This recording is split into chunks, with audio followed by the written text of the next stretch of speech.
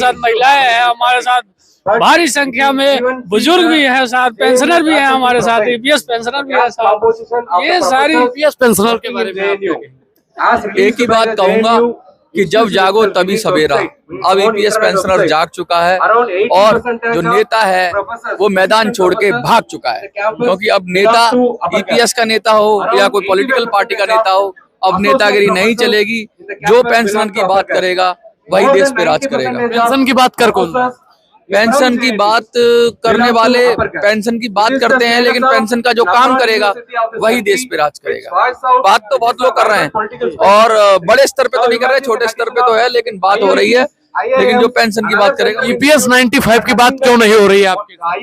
EPS 95 की बात इसलिए नहीं हो रही है क्योंकि लोग सोचते हैं कि उनको टेक फॉर दी ग्रांटेड ले लिया जाए। ईपीएस 95 के जो लोग हैं उनको कोई वैल्यू देने को तैयार नहीं है। बुजुर्ग हैं, बीमार हैं, 60 साल से ज्यादा उम्र के हैं, चल नहीं सकते, लाचार हैं, कमजोर हैं, तो कमजोर की कोई आवाज नहीं उठाता है। कमजोर को सब लोग बेवकूफ समझते हैं। हर कोई आदमी आपका युवा की आवाज उठाएगा, महिलाओं की उठाएगा, यहाँ तक कि बच्चों की भी उठाने को तैयार हैं जो वोटर नहीं है। लेकिन जो बुजुर्ग हैं, जिन्होंने पूरा जिंदगी अपना काम किया, पूरी जिंदगी देश के लिए दी, आज उनकी आवाज उठाने को तैयार नहीं है। क्यों? क्योंकि उनको लगता है कि ये करी क्या लेंगे, ये उखाड़ क्या लेंगे, क्या बिगाड़ क्या लेंगे।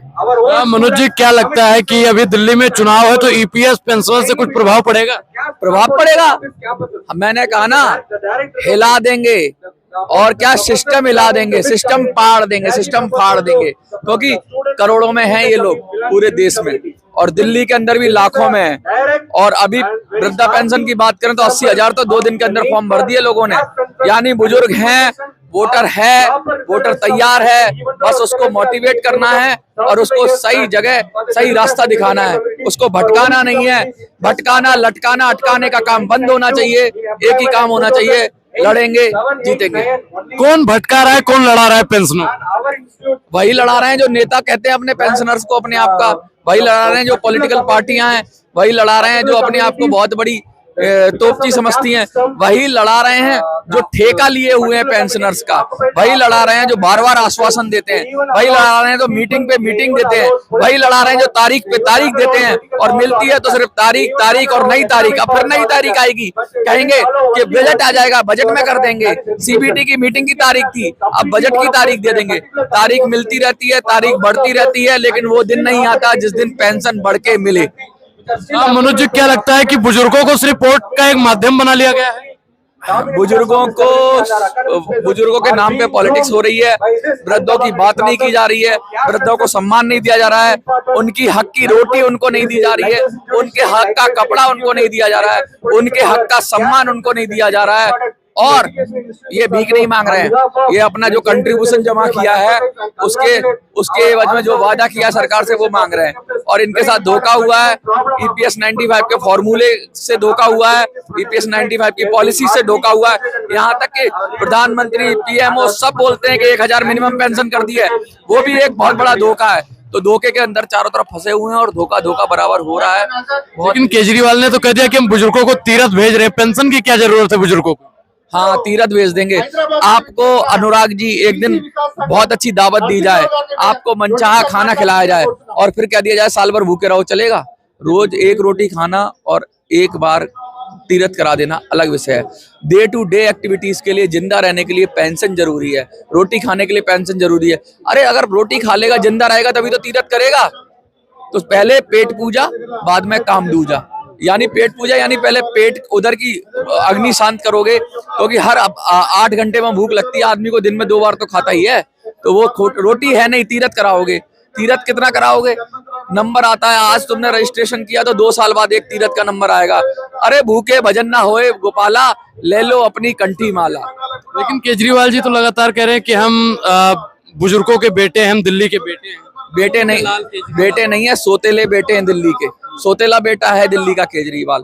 बेटा होता तो अपने बापू की, अपने पिता की, अपनी माँ की इज्जत करता और उनको पेंशन के फॉर्म भरने देता। नहीं भरने दिए, इसलिए बेटा नहीं है, वो बेटे के नाम पर कलंक है। क्या दिल्ली वालों को केजरीवाल रोक रहा है पेंशन? बिल्कुल, केजरीवाल की सुनियोजित योजना है। पिछले 7 सालों से, लगभग 7-8 सालों से तो पेंशन बंदी थी दिल्ली में, बुजुर्ग पेंशन बनती। ईपीएस पेंशन की बात करें तो कम से कम ईपीएस के पेंशनर को राहत दे देता। बुजुर्ग पेंशन होती दिल्ली के अंदर चालू, तो जो ईपीएस के पेंशनर्स हैं बुजुर्ग पेंशन के सहारे जिंदा रह लेते। हरियाणा में मिल रही है लेकिन यहाँ पर बंद है, तो अब कैसे जिए? उन पर तो दोहरी मार है। केजरीवाल रियायत दे सकता था बुजुर्गों को। बुजुर्ग बुजुर्ग होता है, वो ईपीएस का हो चाहे किसी का हो, बुजुर्ग बुजुर्ग होता है, उसका सम्मान होता है।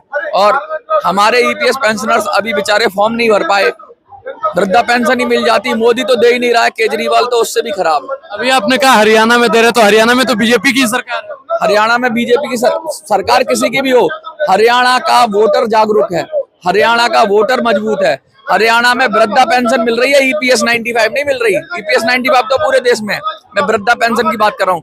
मैं कह रहा हूँ हरियाणा में जो भी सरकार है केजरीवाल से जो लोकल लीडरशिप है कई गुना बेहतर है हरियाणा की, क्योंकि केजरीवाल की हरियाणा की लोकलशिप में कम से कम, चलो ईपीएस को ना दे, वृद्धों के लिए तो 3000 कर दिया उन्होंने।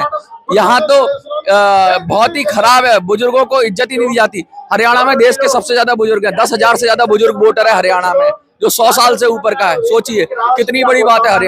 हरियाणा अपने बुजुर्गों को सम्मान देता है क्योंकि वहां के बुजुर्गों के लठ में दम है। वो लठ चला देते हैं वहां के बुजुर्ग। वहां के बुजुर्ग नहीं देखते कोई सरकारों को, तो वो दबंग बुजुर्ग है, वो मजबूत बुजुर्ग है हरियाणा के।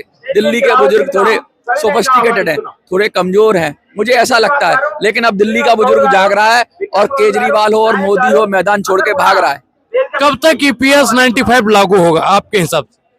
लागू होगा नहीं, अब होगा नहीं, गागी के छोड़ दो, लागू कराएंगे और हम कराएंगे। हम खड़े हो जाएंगे और गर्दन पकड़कर, कॉलर पकड़कर कराएंगे, और नहीं होगा तो खुद सत्ता में आएंगे और खुद कराएंगे। ये हमारी। तो बुजुर्ग आपके साथ है मनोज जी? मनोज बुजुर्गों के साथ है, बुजुर्ग मेरे साथ नहीं है, मैं बुजुर्गों के साथ हूँ। मैं बुजुर्गों के साथ हूँ, उनके पीछे हूँ। बुजुर्ग अपनी लड़ाई खुद लड़ना सीख गए हैं, वो अपनी लड़ाई खुद लड़ रहे हैं और मेरे से जो बन पड़ेगा मैं उनके साथ उनका सहयोग करूंगा। तन मन धन सांसों की एक एक, कहते हैं ना, एक एक सांस जाती है, तो मैं अपने बुजुर्गों के सम्मान के लिए खड़ा हूँ। मेरी एक एक सांस उनके नाम है। लास्ट में सत्ताधारियों को क्या कहना चाहते हैं मनोज? सिंहासन खाली करो कि जनता आती है। बहुत आप कहते हैं ना, जब सत्ता के गलियारों में जब कहते हैं जुल्मी जब जुल्म करेगा सत्ता के हथियारों से, और चप्पा चप्पा गूंज उठेगा इंकलाब के नारों से। अब इंकलाब के नारों से चप्पा चप्पा गूंज रहा है। हरियाणा में नोटा दबा दिया, महाराष्ट्र झारखंड में नोटा दबा दिया, और दिल्ली में पेंशनर अपने कैंडिडेट हो सके तो खड़ा करके इनकी लुटिया डुबोएगा, इनकी खटिया पलट देगा और इनका बिस्तरा गोल कर देगा। तो अब बुजुर्ग जाग चुका है, तख्ता पलट करेगा। हाँ, बुजुर्ग जाग चुका है और ये सारा नेता मैदान छोड़ के भाग चुका है।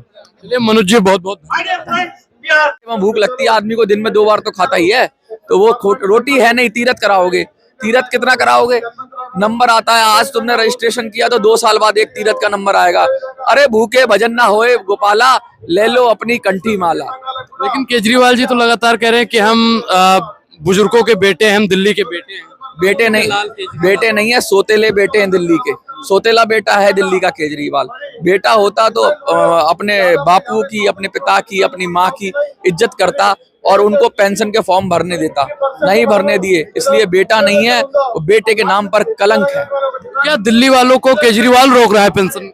बिल्कुल, केजरीवाल की सुनियोजित योजना है। पिछले 7 सालों से, लगभग 7-8 सालों से तो पेंशन बंदी थी दिल्ली में, बुजुर्ग पेंशन बनती। ईपीएस पेंशन की बात करें तो कम से कम ईपीएस के पेंशनर को राहत दे देता। बुजुर्ग पेंशन होती दिल्ली के अंदर चालू, तो जो ईपीएस के पेंशनर्स हैं बुजुर्ग पेंशन के सहारे जिंदा रह लेते। हरियाणा में मिल रही है लेकिन यहाँ पर बंद है, तो अब कैसे जिए? उन पर तो दोहरी मार है। केजरीवाल रियायत दे सकता था बुजुर्गों को। बुजुर्ग बुजुर्ग होता है, वो ईपीएस का हो चाहे किसी का हो, बुजुर्ग बुजुर्ग होता है, उसका सम्मान होता है। और हमारे ईपीएस पेंशनर्स अभी बेचारे फॉर्म नहीं भर पाए, वृद्धा पेंशन ही मिल जाती। मोदी तो दे ही नहीं रहा है, केजरीवाल तो उससे भी खराब है। अभी आपने कहा हरियाणा में दे रहे, तो हरियाणा में तो बीजेपी की सरकार है। हरियाणा में बीजेपी की सरकार किसी की भी हो, हरियाणा का वोटर जागरूक है, हरियाणा का वोटर मजबूत है। हरियाणा में वृद्धा पेंशन मिल रही है, ईपीएस 95 नहीं मिल रही। ईपीएस 95 तो पूरे देश में है, मैं वृद्धा पेंशन की बात कर रहा हूँ। मैं कह रहा हूँ हरियाणा में जो भी सरकार है केजरीवाल से जो लोकल लीडरशिप है कई गुना बेहतर है हरियाणा की, क्योंकि केजरीवाल की हरियाणा की लोकलशिप में कम से कम, चलो ईपीएस को ना दे, वृद्धों के लिए तो 3000 कर दिया उन्होंने। यहाँ तो बहुत ही खराब है, बुजुर्गों को इज्जत ही नहीं दी जाती। हरियाणा में देश के सबसे ज्यादा बुजुर्ग हैं, 10,000 से ज्यादा बुजुर्ग वोटर है हरियाणा में, जो 100 साल से ऊपर का है। सोचिए कितनी बड़ी बात है। हरियाणा अपने बुजुर्गों को सम्मान देता है, क्योंकि वहां के बुजुर्गों के लठ में दम है। वो लठ चला देते हैं वहां के बुजुर्ग नहीं देखते कोई सरकारों को, तो वो दबंग बुजुर्ग है, वो मजबूत बुजुर्ग है हरियाणा के। दिल्ली के बुजुर्ग थोड़े सोफिस्टिकेटेड है, थोड़े कमजोर हैं, मुझे ऐसा लगता है। लेकिन अब दिल्ली का बुजुर्ग जाग रहा है, और केजरीवाल हो और मोदी हो, मैदान छोड़ के भाग रहा है। कब तक EPS 95 लागू होगा आपके हिसाब से? लागू होगा नहीं, अब होगा नहीं, गागी के छोड़ दो, लागू कराएंगे और हम कराएंगे। हम खड़े हो जाएंगे और गर्दन पकड़कर, कॉलर पकड़कर कराएंगे, और नहीं होगा तो खुद सत्ता में आएंगे और खुद कराएंगे। ये हमारी। तो बुजुर्ग आपके साथ है मनोज जी? मनोज बुजुर्गों के साथ है, बुजुर्ग मेरे साथ नहीं है, मैं बुजुर्गों के साथ हूँ। मैं बुजुर्गों के साथ हूँ, उनके पीछे हूँ। बुजुर्ग अपनी लड़ाई खुद लड़ना सीख गए हैं, वो अपनी लड़ाई खुद लड़ रहे हैं, और मेरे से जो बन पड़ेगा मैं उनके साथ उनका सहयोग करूंगा।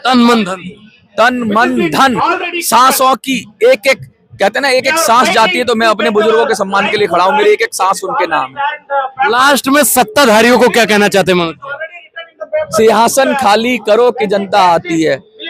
बहुत आप कहते हैं ना, जब सत्ता के गलियारों में जब कहते हैं जुल्मी जब जुल्म करेगा सत्ता के हथियारों से, और चप्पा चप्पा गूंज उठेगा इंकलाब के नारों से। अब इंकलाब के नारों से चप्पा चप्पा गूंज रहा है। हरियाणा में नोटा दबा दिया, महाराष्ट्र झारखंड में नोटा दबा दिया, और दिल्ली में पेंशनर अपने कैंडिडेट हो सके तो खड़ा करके इनकी लुटिया डुबोएगा, इनकी खटिया पलट देगा, और इनका बिस्तरा गोल कर देगा।